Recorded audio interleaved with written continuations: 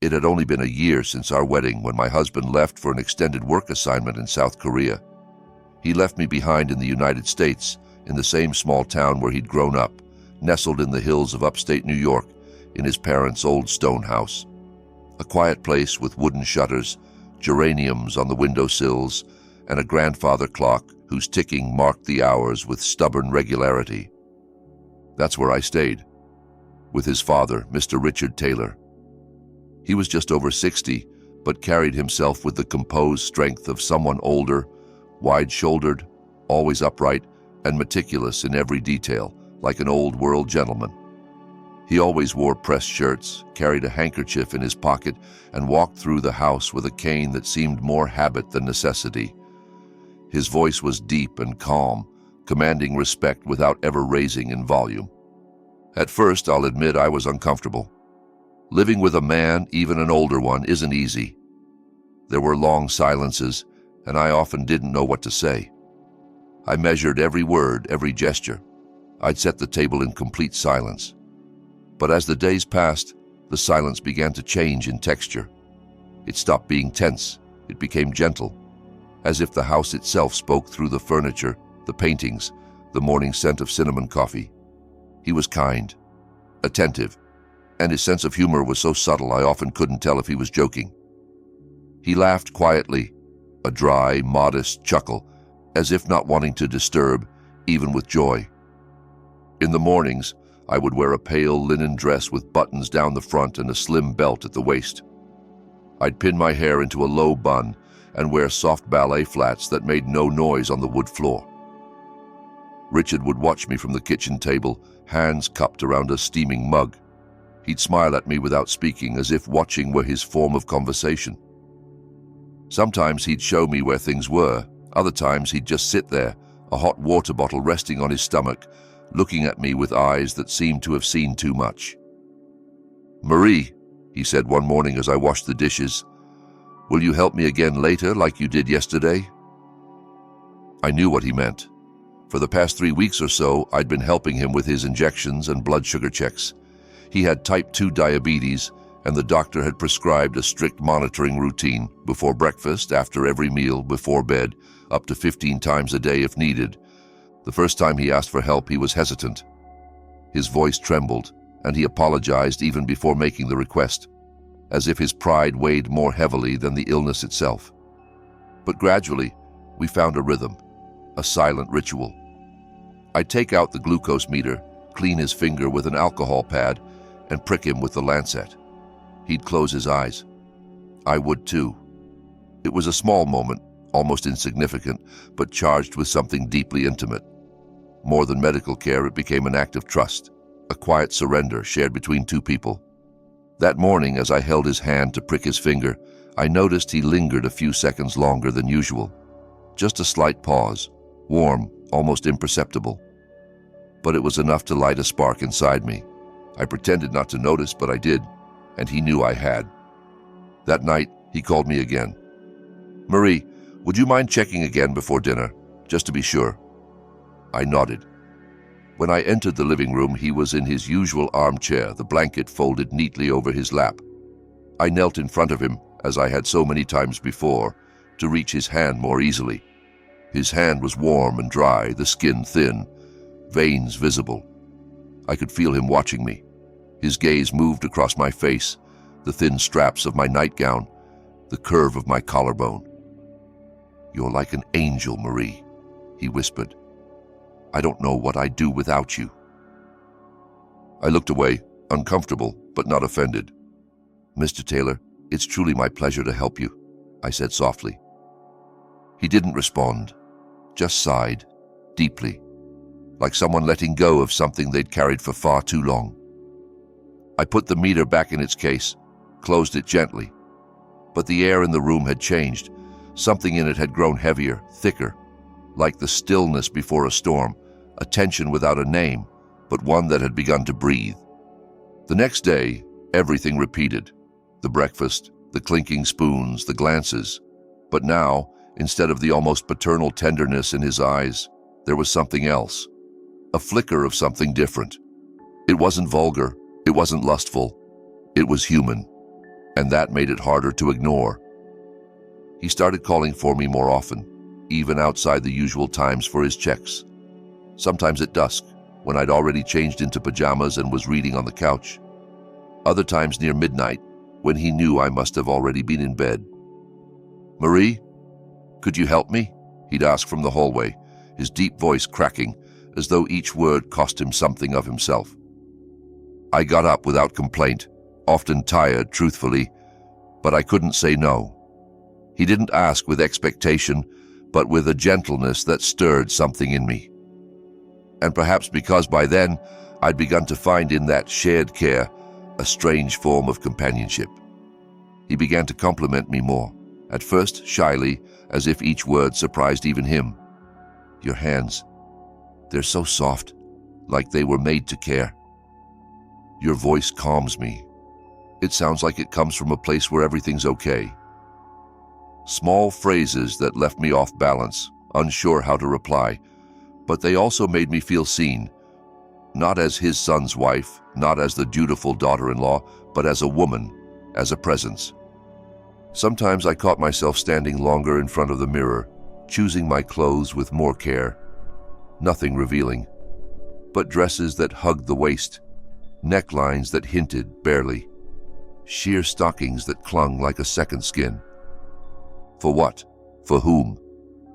I didn't know, or didn't want to know. Part of me justified it.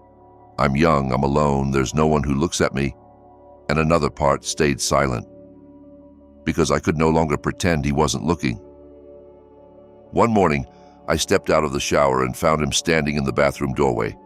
He said he had come to grab a book from the hallway closet, but his eyes lingered a second too long. On my damp neck, the white towel clinging just below my shoulders. "I'm sorry," he mumbled, lowering his gaze awkwardly. "I didn't realize you weren't dressed yet." "It's okay," I replied with a light smile. I know it wasn't on purpose. And it was true, I knew. But I also knew at that very moment that something had changed irrevocably. We had crossed an invisible threshold. In the days that followed, his demeanor grew more reflective, more cautious, as if unsure what to do with what he was feeling, or what he thought I might be feeling. Even the sugar checks, which had become routine, now carried a different silence, a charged one, heavy. One night, while I cleaned his finger with alcohol, he said softly, "Could we skip the nighttime check today?" "Why? You need it," I asked, genuinely puzzled. "I just wanted you to rest. You look tired, your eyes." He was right. I was tired. Not just in body, but in a way that was harder to name, as if I were carrying something fragile in my hands, afraid it might shatter with any sudden movement. But there was also something else, something sharp, like maybe he didn't want me touching him anymore. Or worse, like he sensed I was beginning to want something I shouldn't. That afternoon I dressed with more intention, not flashy, not obvious. A modest floral dress with a boat neckline and thick fabric. It covered me almost entirely but shaped the waist. I left my hair down. He had once offhandedly mentioned that he liked long hair. When I brought him the glucose meter, I noticed his eyes pause just for a second on my wrist. "You look lovely today, Marie." "Thank you," I said too quickly, like the words burned in my mouth. I sat beside him, as always, but this time his hand slid gently to my waist. A small gesture. He said it was to help me steady myself, but his fingers moved, just barely. It wasn't inappropriate. It was tender, almost involuntary, like someone letting themselves exhale before tightening back up. I didn't move. My heart pounded in my chest. The meter beeped. His levels were normal, but I wasn't. That night, I couldn't sleep. I tossed and turned in bed, burning inside. I replayed the feel of his hand, the look in his eyes, the tremor in his voice. What was happening between us? Was it all in my head? Was I provoking it? Did I want it? The questions wouldn't stop. I felt like I was walking a tightrope, suspended between decency and desire, duty and skin. And then, the next day, a package arrived in the mail. Inside was a note from my husband. "Marie, for you. You're my goddess." And a set of red lace lingerie, delicate, expensive, the kind of thing you don't wear by accident, the kind of thing you don't wear on a weekday in a silent house. A chill swept over me. I folded the lingerie and tucked it deep into the back of my closet. But I didn't forget it. It stayed in my mind, like a dark wine stain on a white tablecloth. And that night, when I found myself alone, I couldn't resist. I put it on, under my robe. Not for anyone else. For me, I told myself. To remember, I was still a woman, still desired. I walked slowly down the hallway toward the living room when he called for his check. Each step thudded in my chest like a drumbeat. He was seated in his neat pajamas, his hair combed, tired but holding on to that quiet dignity of his. I knelt to retrieve the meter from the coffee table. The robe shifted open slightly. I saw it, saw how his eyes, despite himself, dropped for an instant, then darted away as if scalded. Something inside me trembled. "Marie," he said, voice tight, "if I asked you to leave right now, would you?" I looked at him, then whispered, "I'd rather stay, if you don't mind." He didn't respond right away, swallowed hard, then reached out, his hand barely grazing my shoulder. It wasn't a possessive touch. It was a tremble, a caress suspended in air. "I wouldn't dare," he said, "but I'm not blind." I covered his hand with mine, that was all. A touch, a shared breath. No words, no indecency. But from that night on, everything changed. After that night, our routine didn't seem to change, on the surface. We had breakfast at the same hour. He offered me his place at the table. I cleared the dishes. We prepared the glucose checks with the same deliberate care. But everything had a different texture now, as if the air between us had thickened, filled with echoes. Each movement carried weight, each silence a suspended question. We didn't touch anymore, but it felt as if we never stopped touching.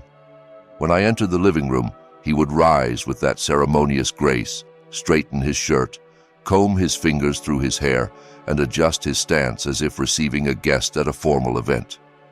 And I, perhaps without meaning to, or perhaps meaning to more than I dared admit, began to mirror the dance. I lingered longer in front of the mirror, dabbed perfume at the base of my neck, crossed my legs with slower ease when I sat across from him. It wasn't seduction, not really.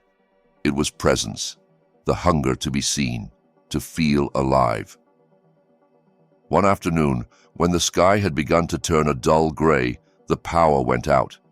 Silence fell instantly, dense, expectant.